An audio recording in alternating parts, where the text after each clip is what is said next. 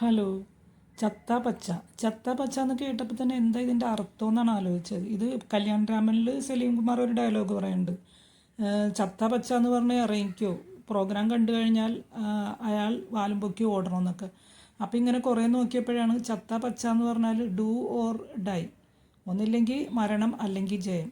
അതായത് ചത്താലും പച്ച തൊടും, എന്ത് തന്നെ വന്നാലും ജയിച്ച് കയറും, ആ ഒരു അർത്ഥത്തിലാണിത്. അതിൻ്റെ ആ ഒരു ഇതിൻ്റെ വാശി, മൂഡ്, അതൊക്കെ കാണിക്കാനാണ് ഈ ഒരു വാക്ക്. പിന്നെ ഈ സിനിമ എൻ്റർടൈൻമെൻറ്റ് ഗുസ്തിനെ പറ്റിയാണെന്ന് പറഞ്ഞപ്പോഴും എനിക്ക് ഒന്നും അറിയില്ലായിരുന്നു. നോക്കുമ്പോൾ ഇതിൽ പോസ്റ്റ്യൂം ഗുസ്തി എന്ന് ഭസ്മാസുരൻ്റെ ക്യാരക്ടർ പറയുന്നുണ്ട്. അപ്പോൾ ഇത് അമേരിക്കയിൽ നിലവിലുള്ള ഒരു അണ്ടർഗ്രൗണ്ട് ഗുസ്തിയാണ്. അങ്ങനെയൊക്കെ മനസ്സിലാക്കി കഴിഞ്ഞപ്പോൾ ഗോദ കണ്ടിട്ടുണ്ട് ഗുസ്തിയായിട്ട് ബന്ധപ്പെട്ട്, അത് കാട്ടാ ഗുസ്തിയാണ്. പിന്നെ പണ്ട് ഒരു ഗുസ്തിക്കാരൻ്റെ കഥ എന്ന് പറഞ്ഞിട്ടൊരു സിനിമയെ കണ്ടിട്ടുണ്ട്. അതൊക്കെ അത്യാവശ്യം ഇരുന്ന് കണ്ട സിനിമകളാണ്, അപ്പോൾ കാണാമെന്ന് ഓർത്ത്. പക്ഷേ ഇത് കണ്ടപ്പോൾ സത്യം പറഞ്ഞാൽ തിയേറ്ററിലുള്ള ഞാൻ ആദ്യമായിട്ടാണ് തിയേറ്ററിൽ ഇങ്ങനെ ഒരു ആരവം കാണുന്നത്. ഈ സിനിമ കാണാനിരുന്നപ്പോൾ ഞാൻ ലുലു PVRൽ OD 6ലാണ് കണ്ടത്. എനിക്ക് ഭയങ്കര ഇഷ്ടമാണ് OD 6ൽ സിനിമ കാണാൻ. നല്ല കംഫർട്ടായിട്ട് നന്നായിട്ടിരുന്ന് കാണാം. എന്തൊരു ആരവമായിരുന്നു ഈ സിനിമ കണ്ടപ്പോൾ.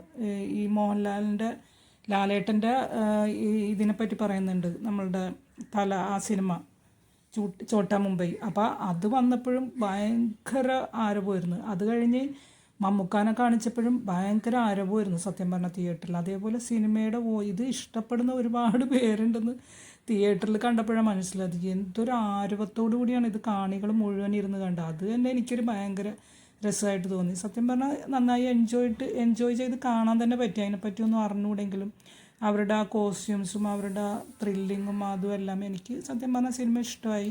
പെൺകുട്ടികൾ നന്നായിട്ട് എൻജോയ് ചെയ്യണ്ടായിരുന്നത്, അവരുടെ ഒച്ചയും ബഹളവും. ഞാൻ ആദ്യമായിട്ടാണ് തിയേറ്ററിൽ ഇങ്ങനെ കാണികളെ നോക്കി ഇങ്ങനെ കുറേ നേരം ഇരുന്ന് പോയത്. അത്രയും നന്നായിട്ട് ഇങ്ങനെ എൻജോയ് ചെയ്ത് കാണാൻ പറ്റി. പിന്നെ ഇതിൽ റോഷനും അർജുൻ അശോകനും പിന്നെ നമ്മുടെ വിശാഖ് മേനോനൊക്കെ എന്തൊരു ഓജസ്സും എന്തൊരു ആർജവത്തോടുകൂടിയാണ് അവർ ആ ക്യാരക്ടേഴ്സിനൊക്കെ ചെയ്തത്. പിന്നെ ആ കൊച്ചുകുട്ടിയുടെ എക്സ്പ്രഷൻസും അവളുടെ ഡയലോഗ്സും. പിന്നെ നമ്മുടെ തസ്നീഖാനുണ്ട്. പിന്നെ അതുപോലെ തന്നെ എനിക്ക് നായികേനെ ഭയങ്കര ഇഷ്ടമായി, അവളും നല്ല രസമായിട്ട് തന്നെ ചെയ്തിട്ടുണ്ട്.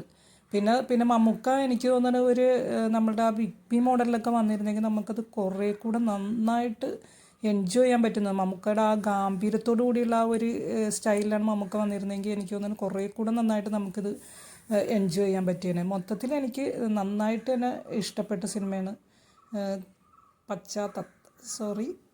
ചത്ത പച്ച. ഓക്കെ. പിന്നെ നമ്മുടെ ഭസ്മാസുരൻ്റെ പ്രണയ പരാജയവും ആ മസിൽ കാണിക്കുന്നതും, പുറകിൽ നിന്ന് മറ്റേ ആൾ മസിൽ കാണിക്കുന്നതും, പിന്നെ കടൽക്കൊമ്പനും ജംഗോ സുൽത്താനും, അങ്ങനെ മൊത്തത്തിൽ നല്ല രസമായിട്ട് തന്നെ കണ്ടിരുന്നു. അപ്പോൾ നിങ്ങൾക്ക് എൻ്റെ വീഡിയോ ഇഷ്ടമായെങ്കിൽ ലൈക്ക്, ഷെയർ ആൻഡ് സബ്സ്ക്രൈബ്. ഇനിയും നല്ലൊരു വീഡിയോ ആയിട്ട് വരാം. അതുവരെ ബൈ.